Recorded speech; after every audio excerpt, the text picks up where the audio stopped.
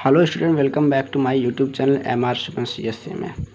आज स्टूडेंट हम ancient India start करने वाले हैं और एंशंट हिस्ट्री में RS शर्मा के बुक को हम रेफ़र करने वाले हैं। तो RS शर्मा का बुक में पहला चैप्टर स्टार्ट करते हैं, the importance of ancient Indian history. ठीक है, फर्स्ट चैप्टर स्टार्ट करते हैं दोस्तों। The importance of ancient Indian history. ठीक है, ये फर्स्ट चैप्टर है। हम देखते हैं द एंशियंट इंडियन हिस्ट्री में एंशियंट इंडिया को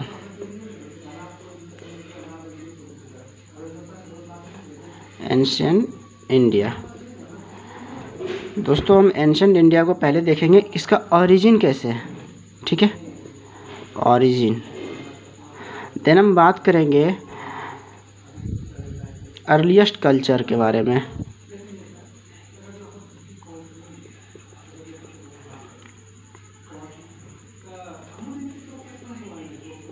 अर्लीस्ट कल्चर में हम देखते हैं कि एग्रीकल्चर जो था हमारी वेल सेटल्ड थी। एग्रीकल्चर क्या थी? सेटल्ड थी।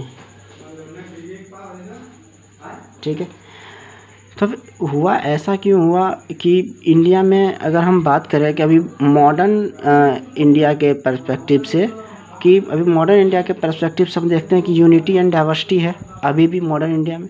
देन ये unity in diversity modern India के पर्सपेक्टिव से है। ये unity in diversity ancient India में भी था।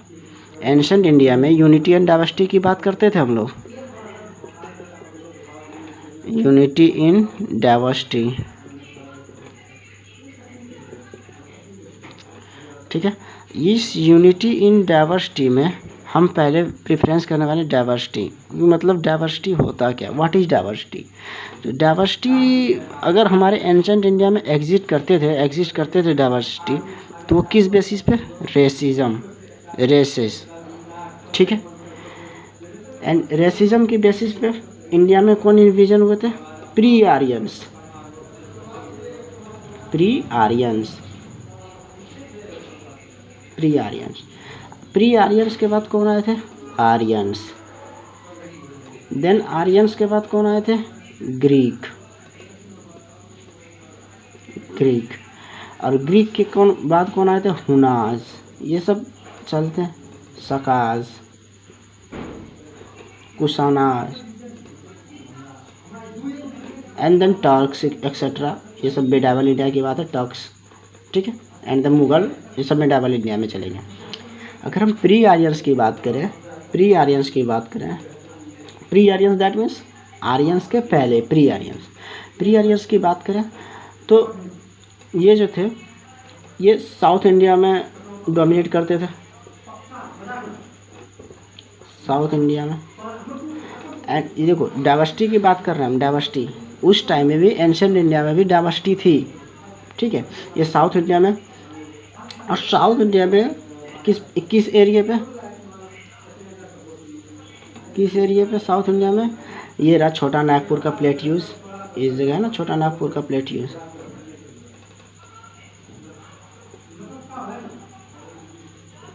छोटा नागपुर प्लेट्यूज। ठीक है, इस छोटा नागपुर के प्लेट्यूज में अब यहाँ की लैंग्वेजेस हम देखते हैं। छोटा नागपुर उस टाइम पे लैंग्वेजेस देखते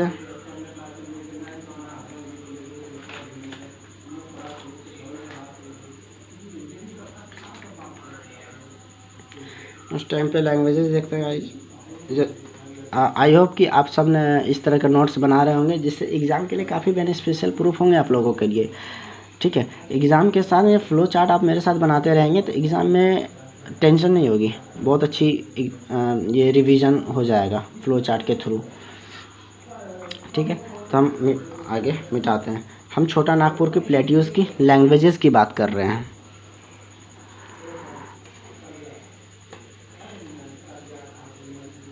छोटा नागपुर प्लेट्यूज की लैंग्वेजेस।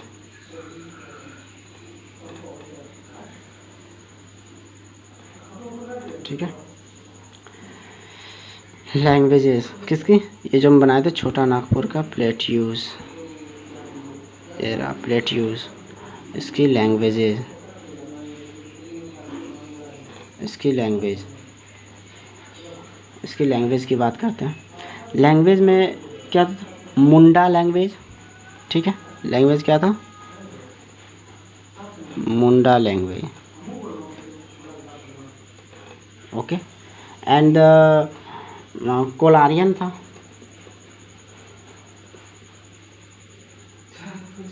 मुंडा एंड कोलारियन, ठीक है। एंड सेकेंड हम चलते हैं,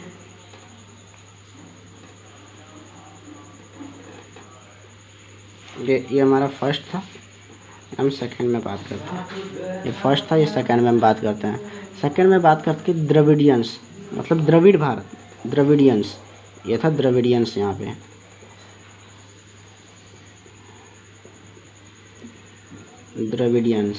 द्रविडियंस इधर थे, तमिल इधर थे, तमिल रूलर। इनकी लैंग्वेजेस क्या होती थी? ठीक है, तमिल।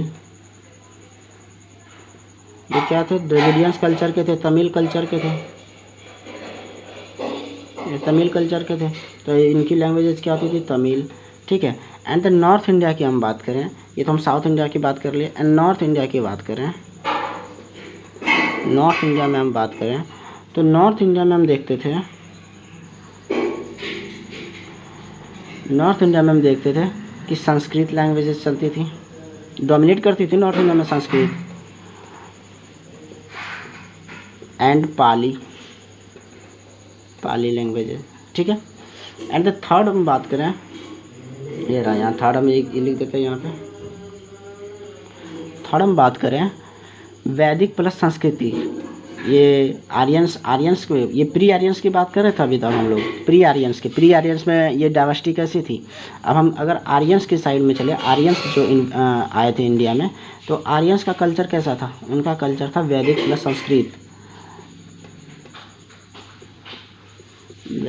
संस्कृत। ये इनका साक्ष्य में कहाँ से मिलता है? संगम लिटरेचर से। अगर हम संगम काल पढ़े एंशिएंट इंडिया में, ये सब आगे पढ़ने वाले हैं, ये आपको एक ब्रीफ जानकारी दे रहा हूँ कि हम आगे पढ़ेंगे क्या एंशिएंट इंडिया में, थ्रू आर.एस. शर्मा के बुक के रेफरेंस से हम आगे क्या पढ़ने वाले हैं। तो ये आज की वीडियो इसी पे है, ओके। तो अब वैदिक संस्कृत की बात करें तो इनका साक्ष्य में कहाँ से मिलता है वैदिक संस्कृत का, कि प्री आर्यंस इंडिया में आए हुए थे। इनका कहाँ? संगम लिटरेचर से, संगम लिटरेचर, ओके। ये प्री आर्यंस की बात करें हम, सॉरी यहाँ आर्यंस आए,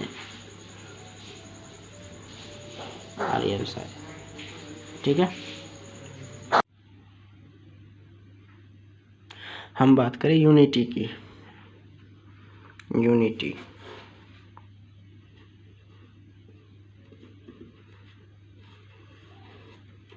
यूनिटी की बात करें तो यूनिटी में एक वर्ड आता है भारतवर्ष। ये भारतवर्ष जो शब्द है, भारतवर्ष शब्द आया कहाँ से? भारतवर्ष से दो शब्द निकलता है, भारती एंड भारत, ठीक है। आइए इसी यूनिटी में एक आता है चक्रवर्ती में अनेक राजा हुए थे, जैसे कि अशोका,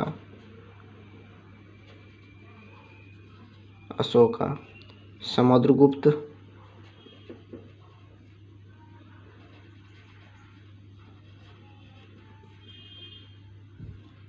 एंड पुलकेशिन।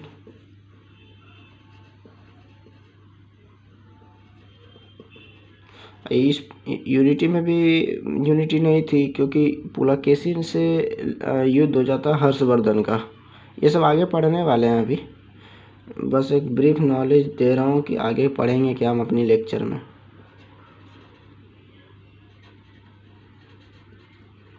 हर्षवर्धन का। ठीक है, इस अगर हम यूनिटी के पर्सपेक्टिव से हम जोग्राफिकल इंटिटी को देखें, इंडिया को हम जोग्राफिकल इंटिटी से देखते हैं, तो देखो क्या था जोग्राफिकल इंटिटी में। ठीक है, जोग्राफिकल इंटिटी में क्या था, ये रहा इधर Indus Indus mountain, Indus mountain. ठीक है, इस साइड में क्या रहा, हिमालयन रीजन, हिमालयन रीजन इधर है। तो यूनिटी में भी हम देखते हैं कि ये इंडस माउंटेन और ये हिमालयन रीजन, ये दोनों से इंडिया को काफ़ी सेफ गार्ड करके रखा हुआ था। ठीक है, ये कौन सा पर्सपेक्टिव हो गया, ये हो गया जोग्राफिकल इंटिटी के थ्रू।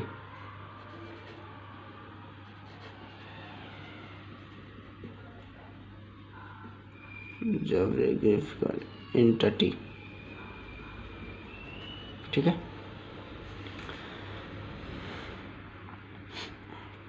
यहाँ हम बात करें कि सिंधु से, सिंधु हमारे कल्चर थी ना, सिंधु सभ्यता, सिंधु। तो सिंधु वर्ड जो आया वो कहाँ से आया, ये इस सिंधु से आया हिंदू। ये हिंदू को कौन यूज करते थे, अरब वाले, अरब। ठीक है, एंड पर्शियन।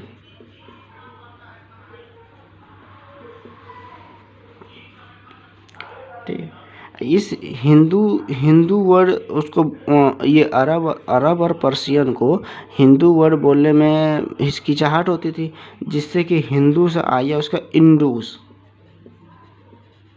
इंडूस। देन यही इंडस आगे जाके क्या बन जाएगा, इंडिया। ठीक है, और यहीं पे हमारे क्या हुआ, इंडिया भारत नाम का प्रचलन हुआ। एंड द लैंग्वेजेस की बात करें, इन सब की लैंग्वेजेस की बात करें तो प्राकृत लैंग्वेज थी, प्राकृत लैंग्वेज। ठीक है, और प्राकृत से ही निकला क्या, ब्राह्मी।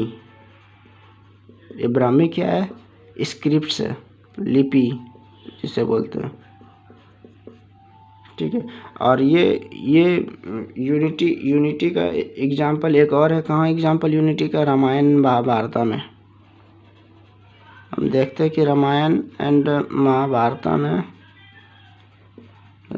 महाभारत में यूनिटी की बहुत बड़ी एग्जाम्पल्स हुआ करती थी।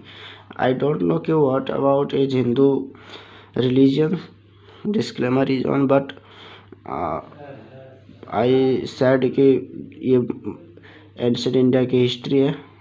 आप यूपीएससी या स्टेट पीसीएस के लिए इसको अपने पर्सपेक्टिव से लीजिए, किसी के हम धर्म पे कटाक्ष नहीं कर रहे हैं। ठीक है, अब देखते हैं सोशल सिस्टम की बात करते हैं। एंशिएंट इंडिया में भी क्या था, सोशल सिस्टम क्या, उसमें सोशल सिस्टम में यूनिटी थी एंशिएंट इंडिया में। As ancient India social system are unity, no, ancient India में सोशल सिस्टम यूनिटी नहीं थी।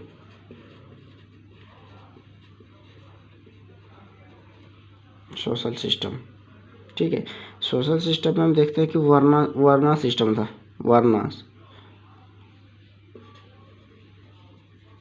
सिस्टम क्या था, वर्ण के आधार पर भेदभाव, वर्ना सिस्टम। ठीक है, वर्ना सिस्टम का ये साक्ष्य कहाँ मिलता है, हमें कौन से लिटरेचर से, संगम लिटरेचर से। इसका वर्ना सिस्टम का साक्ष्य कहाँ मिलता है, संगम लिटरेचर से।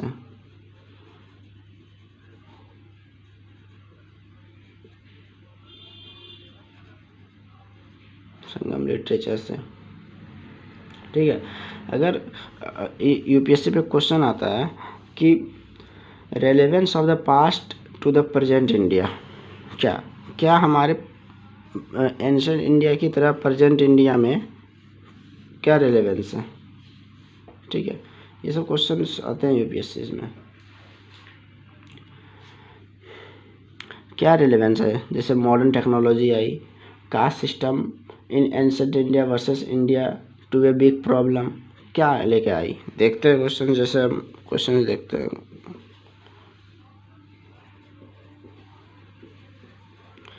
relevance of the past to the present India. इसमें हम 2-3 पॉइंट डिस्कस करते हैं। फर्स्ट तो है कि मॉडर्न टेक्नोलॉजी थी वो एंशिएंट इंडिया में नहीं थी। ये कहाँ से आई? प्रेजेंट इंडिया में। तो इसको ब्रीफ करना है आंसर राइटिंग में अपने, मॉडर्न टेक्नोलॉजी को।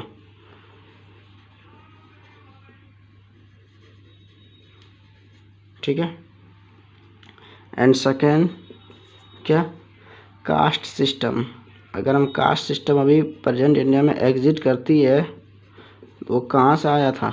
एंशिएंट इंडिया से ही प्रचलन है कास्ट सिस्टम का।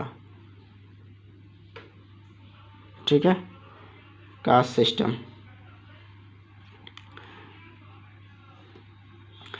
कास्ट सिस्टम कहाँ था पहले? एंशिएंट इंडिया में। उसी को लेके आ गया कहाँ? प्रेजेंट इंडिया में। अगर हम कास्ट सिस्टम में बात करें तो ये जो शूद्र थे, शूद्र कास्ट निचली का, इनका बहुत ही दयनीय स्थिति था। वेरी बैड पोजीशन इसका था।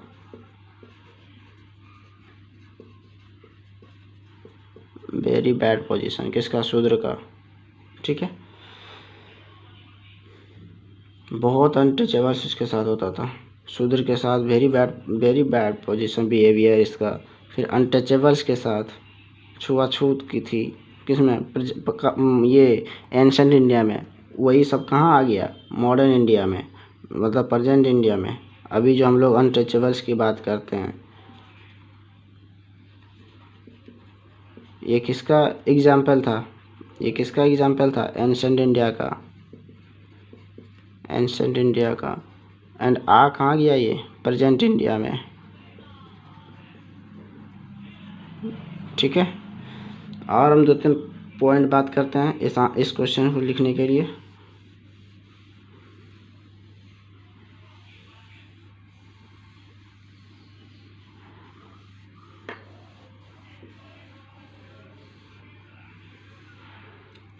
जैसे अभी हम वुमेन एम्पावरमेंट की बात करते हैं। Women empowerment,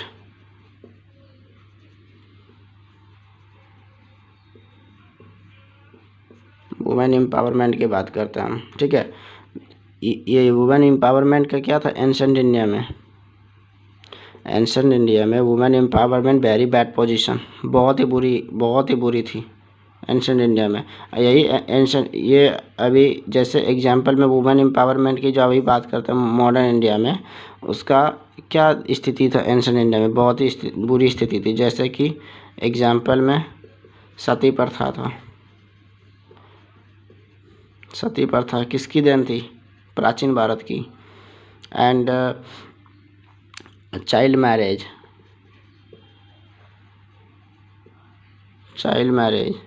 okay. Window remarriage,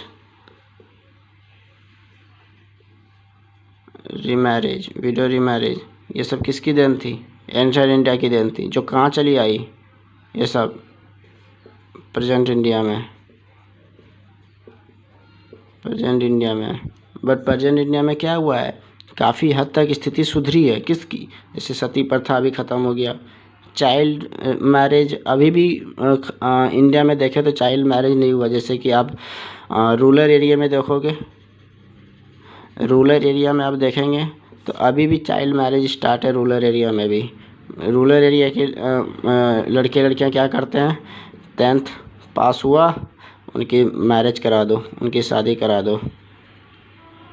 उनको आगे पढ़ने का मौका नहीं दिया जाता रूरल एरिया में। अभी ग्रामीण में भी अभी चाइल्ड मैरिज लागू है। विडो रीमैरिज ये क्या हुआ? एंशिएंट इंडिया में आके ख़त्म हो गया।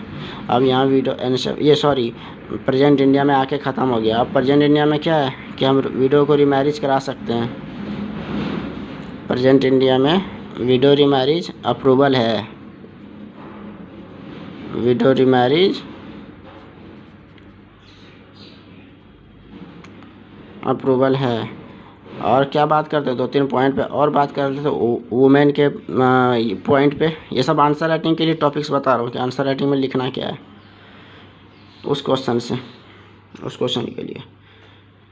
एंड वीडियो रीमैरिज के बाद हम देखते हैं कि ये स्थिति क्या थी वुमेन की। तो अभी प्रेजेंट इंडिया में हम देखें तो डाउरी सिस्टम दहेज प्रथा, it is a big problem in present India. It is a big problem in present India. अभी वर्तमान भारत में dowry system is a big problem, very big problem. जिससे क्या होता है, डाउरी सिस्टम से क्या होता है, ये बच्चियाँ आगे पढ़ नहीं पाती है, ये बच्चियों के पिता के ऊपर बहुत सारी बोझ हो जाती है। ये सब सोशल इश्यूज है, ये वुमेन एम्पावरमेंट के बारे में लिखना है। ओके, तो हम आगे चलते हैं। हम एंशिएंट इंडिया में रिलीजियस की बात कर लेते हैं। हम रिलीजियस टॉपिक पे बात करते हैं, धार्मिक टॉपिक पे। क्या थी, सेक्टरिज्म थी, सेक्टर में बटा हुआ था। ठीक है, ऑर्थोडॉक्सी थी, बहुत सारी ऑर्थोडॉक्सी थी रिलीजियस में भी। ठीक है, एंड एक्सेट्रा, ये सब रिलीजियस के पॉइंट पे आप बात कर लेना। एंड इसी के साथ हमारा क्या होता है, आर.एस.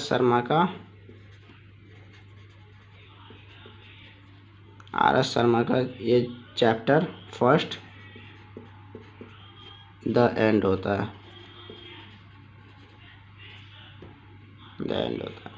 आई होप कि आपने मेरे साथ ऐसा नोट्स बनाए होंगे। नोट्स बनाने के लिए आप वीडियो को पॉज करके नोट्स बना सकते हैं, ताकि एग्ज़ाम के लिए ये टॉपिक उतना इम्पोर्टेंस है नहीं, बस हमने ये टॉपिक करना था, बस हमने कर लिया। अब जो हमारा चैप्टर 2 आएगा, मॉडर्न हिस्ट्रियंस ऑफ इंडियन इंडिया, ये इम्पोर्टेंट चैप्टर रहेगा। इसका नोट्स तो हमें बनाना बहुत ज़रूरी होगा। चैप्टर सेकेंड हमारा कमिंग सून आने वाला है, अभी कमिंग सून। तो इसका नोट्स बहुत ही बनाना बहुत इम्पोर्टेंट हो जाएगा चैप्टर सेकेंड्स का। ठीक है, सो स्टूडेंट, आई होप कि आपको ये लेक्चर अच्छा लगा होगा। उसके लिए आप लेक्चर को ज़्यादा से ज़्यादा शेयर करिएगा। And thank you, bye bye.